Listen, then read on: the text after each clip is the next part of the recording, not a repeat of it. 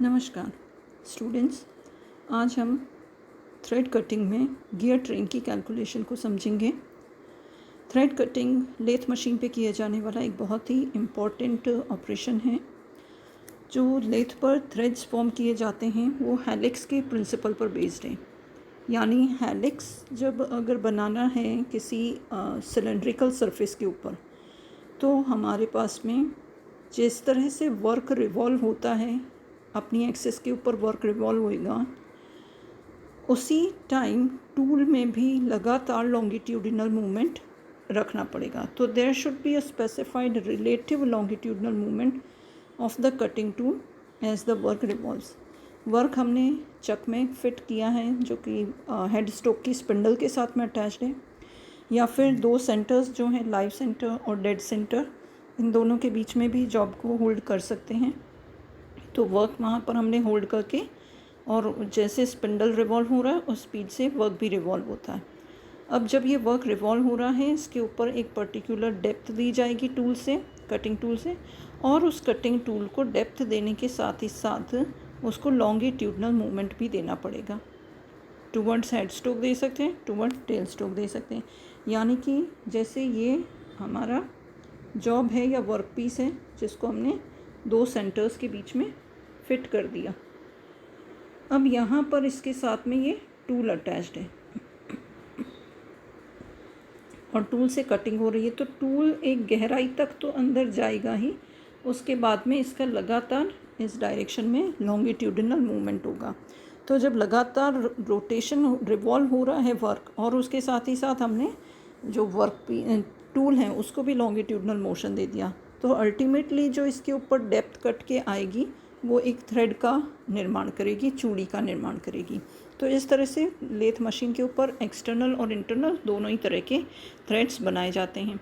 अच्छा, इसके अलावा जो हम टूल ले रहे हैं, थ्रेड बनाते वक्त एक बात और ध्यान में रखने की है, जो कटिंग एज होगा टूल का, उसका जो इंक्लूडेड एंगल है वो हमारे थ्रेड के इंक्लूडेड एंगल के जैसा ही होना चाहिए, उसके सिमिलर होना चाहिए, ताकि जिस भी एंगल का, जो थ्रेड एंगल है, जिस पर्टिकुलर एंगल का हमें थ्रेड प्रोड्यूस करना है, उसी फॉर्म का या उसी शेप का, उसी एंगल का टूल हमें यूज़ में लेना होगा।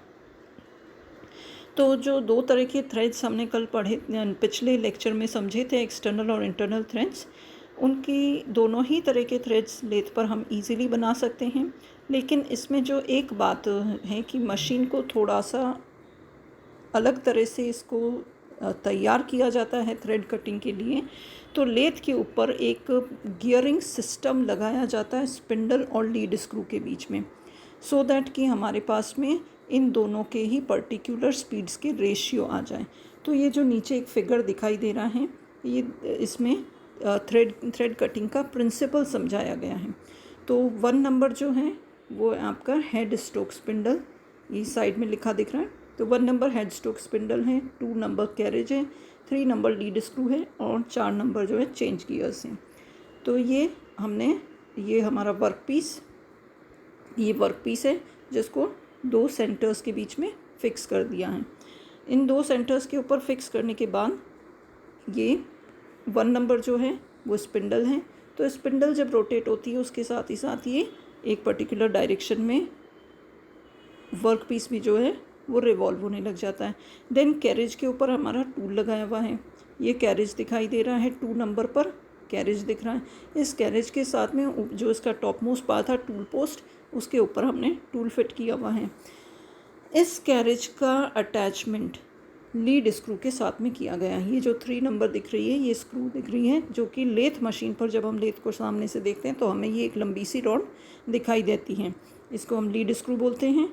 तो ये लीड स्क्रू को कैरेज के साथ में कनेक्ट किया जाता है, और उससे ये दोनों एक ही यूनिट बन जाती है। यानी जब लीड स्क्रू में रोटेशन आएगा, लीड स्क्रू घूमेगी, तो उसकी वजह से लेथ की जो कैरेज है, ये कैरेज उसके ऊपर लॉन्गिट्यूडिनल डायरेक्शन में मूवमेंट करने लगता है, यानी वो इधर या इस तरफ चलने लगता है।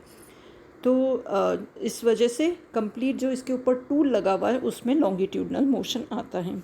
देन आपके पास में यहाँ 4th पार्ट है जिसको चेंज गियर्स बोल रहे हैं। ये चेंज गियर्स का काम क्या है कि जो दोनों के बीच में, यानी ये जो 1 नंबर लेथ स्पिंडल है और 3 नंबर लीड स्क्रू है, इन दोनों के बीच में, इन दोनों की स्पीड के बीच में एक रेशियो रखा जाता है। यानी हो सकता है कि दोनों ही बराबर स्पीड पर रिवॉल्व करें, या एक धीमी स्पीड पर हो, एक ज़्यादा स्पीड पर हो। कम या ज़्यादा स्पीड करने के लिए हमने ये चेंज गियर्स, 4 नंबर जो है चेंज गियर्स, इनको यूज़ में लिया। इन चेंज गियर्स का काम है, एक तो ये कैरेज को डायरेक्शन प्रोवाइड करेंगे, यानी कैरेज को टेल स्ट्रोक से हेड स्ट्रोक की तरफ मूव कराना है या हेड स्ट्रोक से टेल स्ट्रोक की तरफ मूव कराना है। क्योंकि थ्रेड कटिंग में जो कंप्लीट लॉन्गिट्यूडनल फीड होती है वो कम्प्लीटली ऑटोमेटिक रहती है, हैंड फीड नहीं होती है। तो हम जैसा भी चाहते हैं कि जिस डायरेक्शन में ये जाए उसके लिए चेंज गियर्स यूज़ में लिए जाते हैं। और इसके अलावा इन दोनों की स्पीड में एक रेशियो रखना पड़ता है, तो उसके लिए भी चेंज गियर्स यूज़ में लिए जाते हैं। कुछ लेथ मशीन्स होती है जो आजकल की एडवांस लेथ मशीन्स है, उनके लिए यहाँ पर हमें क्विक चेंज गियर बॉक्स दिया हुआ होता है। और इस क्विक चेंज गियर बॉक्स का क्या काम होता है कि सिंपली इसके अंदर कुछ नंबर ऑफ़ गियर्स होते हैं जो कि 2 या 3 शाफ्ट्स के ऊपर लगे हुए होते हैं, और उनके आपस में अलग अलग कॉम्बिनेशन से, अलग अलग, क्योंकि गियर का अलग अलग कॉम्बिनेशन होता है, तो अलग अलग ये जो स्पीड्स के रेशियोज़ हैं इन दोनों के, ये अलग अलग मिलते हैं। तो सिंपली एक सामने चार्ट लगा हुआ होता है लेथ स्ट्रोक के ऊपर, हेड स्ट्रोक के ऊपर एक चार्ट लगा हुआ होता है, और उस चार्ट को पढ़ के लिवर की पोजीशन को सेट किया जाता है। ऑटोमेटिकली अंदर जो है गियर्स का कनेक्शन हो जाता है, एंड डिफरेंट कॉम्बिनेशन से डिफरेंट रेशियोज़ स्पीड्स के मिल जाते हैं। बट उन मशीन्स में, उन लेथ मशीन्स में जहाँ की गियर बॉक्स नहीं होता है, वहाँ पर ये 4 नंबर के जो लिखा हुआ है फिगर में, ऐसे चेंज गियर्स लगे हुए होते हैं। और इन चेंज गियर्स को कैलकुलेट किया जाता है कि what size of gears are required. जैसा भी हमें स्पीड का रेशियो चाहिए होता है, उस हिसाब से वो स्पीड का रेशियो हमें किन गियर्स को कंबाइन करने पर मिलेगा, ये गियर का कैलकुलेशन किया जाता है। एंड देन उन चेंज गियर्स में वो साइज़ के गियर्स फिट करके एक गियर चेन बनाई जाती है, गियर ट्रेन बनाई जाती है, जिससे कि मोशन जो है हेड स्ट्रोक स्पिंडल से लीड स्क्रू तक पहुंचता है, और लीड स्क्रू के रिवॉल्व होने से उसके ऊपर लगा हुआ कैरेज जो है वो लॉन्गिट्यूडिनल डायरेक्शन में ऑटोमेटिकली मूवमेंट करने लगता है। तो ये रेशियो क्यों रखा जाता है? क्योंकि हमारा जो थ्रेड है वो उसको स्पेसिफाई करने का एक जो मेजर पैरामीटर है वो है उसकी पिच, जो कि पिछले लेक्चर में हमने डिस्कस किए थे डिफरेंट टर्म्स। तो हमने बताया था कि थ्रेड की पिच क्या होती है।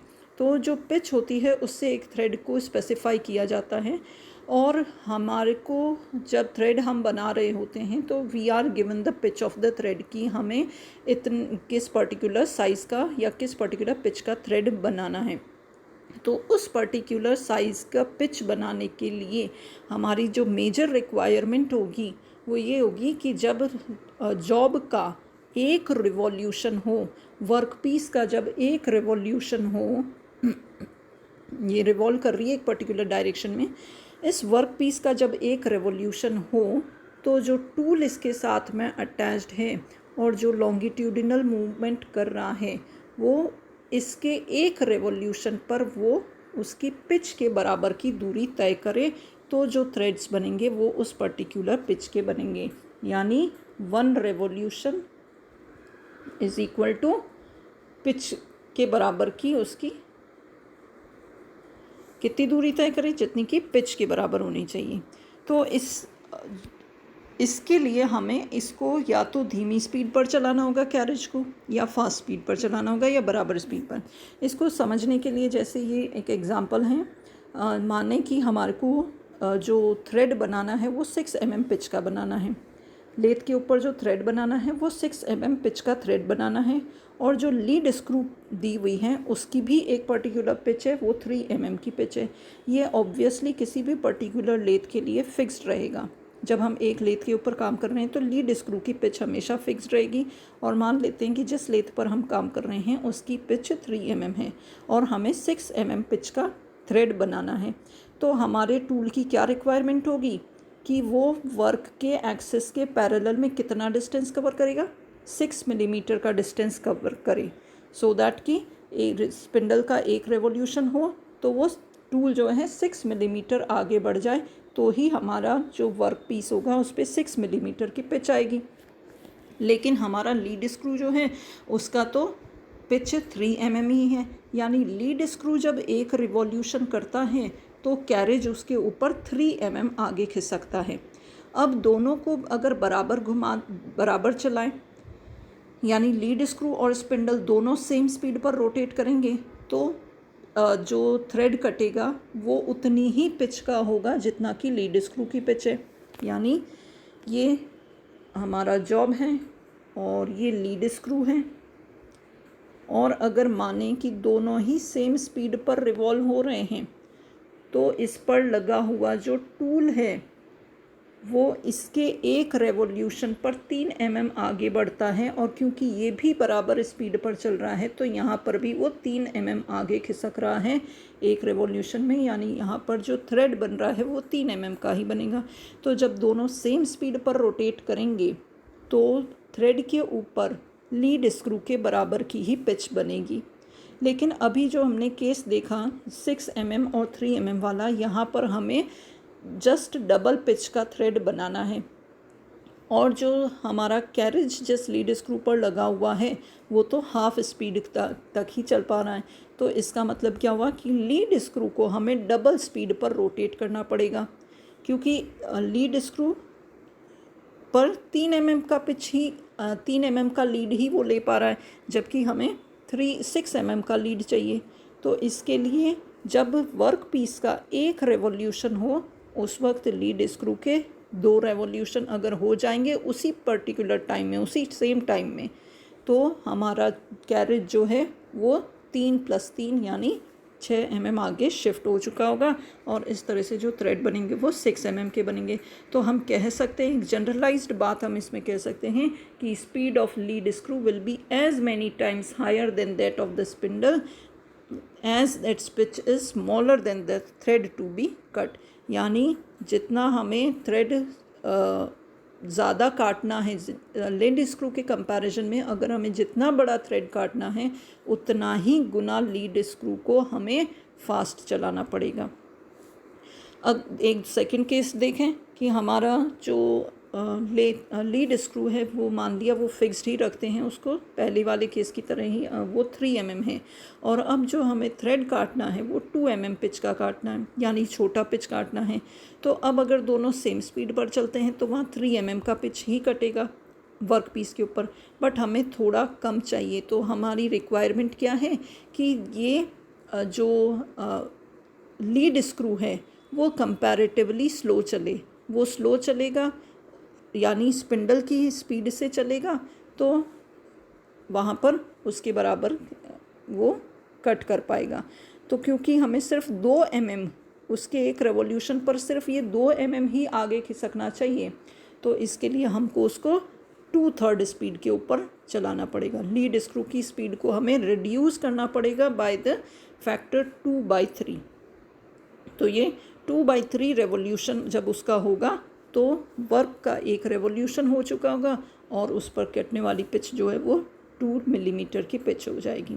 तो इसमें भी एक जनरलाइज्ड बात ये हो गई कि जितनी हमें कम स्पीड, जितनी हमें पिच कम चाहिए as compare to lead screw, तो लीड स्क्रू को उतना ही कम स्पीड पर हमें चलाना पड़ेगा, उतना ही गुना स्पीड को हमें कम कर देना पड़ेगा। तो ये हुआ थ्रेड कटिंग के लिए। इस तरह से हम कह सकते हैं कि ये एक पर्टिकुलर रेशियो हमारे पास में आ जाता है जिसको हम गियर रेशियो बोलते हैं, और गियर रेशियो जो है it is defined by the speed of the lead screw divide by the speed of the work. तो इससे ये जो वेरिएशन आता है स्पीड में, ये स्पीड में वेरिएशन आएगा चेंज गियर्स की हेल्प से। जो मैंने थोड़ी देर पहले कहा कि लीड स्क्रू को धीमे चलाएं या लीड स्क्रू को तेज़ चलाएं, तो ये पॉसिबल कैसे होगा? ये पॉसिबल होगा चेंज गियर्स की हेल्प से। और इसके लिए जो ये इसी के लिए हमें एक गियर रेशियो कैलकुलेट करना पड़ेगा, जिसकी जो डेफिनेशन है वो हम कह सकते हैं speed of lead screw over speed of the work piece. अब स्पीड जो है वो inversely proportional to the pitch है, क्योंकि हम जनरली एक बात जो समझते हैं कि जितना डायामीटर, क्योंकि स्पीड हमेशा ही हमने देखा है speed is inversely proportional to dia, और जितना कम डाया होगा तो या कहीं नंबर ऑफ टीथ या पिच जो है वो भी डायामीटर के प्रोपोर्शनल होगी। तो हम दूसरी बात कह सकते हैं कि n is inversely proportional to pitch. तो अगर हमको जितनी पिच का स्क्रू काटना है उसको लीड स्क्रू की पिच से डिवाइड कर दें तो वो भी गियरिंग रेशियो हो जाएगा। तो इट डिपेंड्स कि क्वेश्चन में क्या दिया हुआ है, हमारे पास में जो पैरामीटर है वो क्या नोन पैरामीटर्स हैं, उस अकॉर्डिंगली गियरिंग रेशियो के लिए ये काफ़ी सारे फॉर्मूलेज हमारे पास में हैं। First one is the speed of lead screw upon speed of work, या दूसरे वर्ड्स में कहें तो pitch of thread to be cut upon the pitch of lead screw. तीसरी बात है TPI on lead screw upon TPI on work. TPI जो होता है that is the thread per inch. अब 1 इंच में कितने थ्रेड्स आए हैं, ये बिल्कुल ही पिच का ऑपोजिट हो जाता है, यानी जितनी बड़ी पिच होगी, जितनी ज़्यादा पिच होगी, उतने ही नंबर ऑफ थ्रेड्स पर इंच कम हो जाते हैं। तो इसलिए इस फॉर्मूले को बिल्कुल रिवर्स कर दिया है। It will be equal to thread per inch on lead screw upon thread per inch on work. और इसको दूसरा और कहें तो number of teeth of driver over number of teeth on driven, क्योंकि मैंने कहा चेंज गियर जो है वो आपस में कनेक्ट होकर एक ट्रेन सी बना रहे हैं। यहाँ पर ये दिख रहा है, ये चेंज गियर से एक ट्रेन बन रही है, आपस में गियर्स का कनेक्शन हो रहा है, 3-4 गियर्स कनेक्ट हो रहे हैं और एक यूनिट बन रही है। तो जो इनमें एक गियर जो है वो एज अ ड्राइवर गियर होगा और एक एज अ ड्रिवन गियर होगा। तो ये जो स्पिंडल के साथ में गियर अटैच्ड है, ये जो पहला नंबर का गियर है जो कि स्पिंडल के साथ में कनेक्टेड है, जिसको हम स्टड गियर भी बोलते हैं, ये ड्राइवर गियर कहलाता है। और जो फाइनली लीड स्क्रू के साथ में कनेक्टेड गियर होता है उसको हम ड्रिवन गियर बोलते हैं। तो सिंपली एक फॉर्मूला हमारे पास में आ जाता है इसके लिए गियरिंग रेशियो के लिए, that is it is equal to driver over driven. Driver का मतलब gear, driver gear, and driven is the driven gear, या हम कह सकते हैं लीड स्क्रू वाला गियर ड्रिवन गियर हो गया and stud gear is the driver gear. तो गियरिंग रेशियो इन दोनों के रेशियो से मिलता है। अब जो गियर्स हम सिलेक्ट करते हैं चेंज गियर्स के लिए, यानी ये जो कैलकुलेशन किया और उसके बाद में जो फाइनली ड्राइवर और ड्रिवन गियर्स हमारे पास में आते हैं, ये वो साइज़ हैं गियर्स के जो कि चेंज गियर के ऊपर लगाए जाएंगे और इनके आपस में कनेक्शन से एक ट्रेन बनेगी जिससे हमको वो रिक्वायर्ड स्पीड रेशियो मिलेगा। यानी हमारा लेथ और ये जो लीड स्क्रू है और स्पिंडल हैं, इन दोनों की स्पीड का एक रेशियो हमें इन्हीं ड्राइवर और ड्रिवन के साइज़ से मिलेगा। तो ये वो साइज़ हैं जो कि हमें चेंज गियर के ऊपर लगाने हैं। तो लेथ के ऊपर जो गियर्स यूजुअली लगाए जाते हैं उनका साइज़ मेनली 20 से 120 टीथ तक का ही होता है, यानी छोटे से छोटा जो गियर अवेलेबल होगा उसके ऊपर 20 टीथ होंगे और बड़े से बड़ा गियर जो है उस पर 120 टीथ होंगे। और इसमें भी वेरिएशन 5 टीथ का आता है, यानी 20 के बाद जो साइज़ अवेलेबल होगा वो 25 होगा, देन 30, देन 35, इस तरह से टिल 120 हमको कुछ गियर्स मिलेंगे। इसके अलावा इन सब के अलावा एक एक्स्ट्रा गियर लेथ के ऊपर प्रोवाइड किया जाता है जिसमें 127 टीथ होते हैं और इस गियर को ट्रांसलेटिंग गियर बोला जाता है।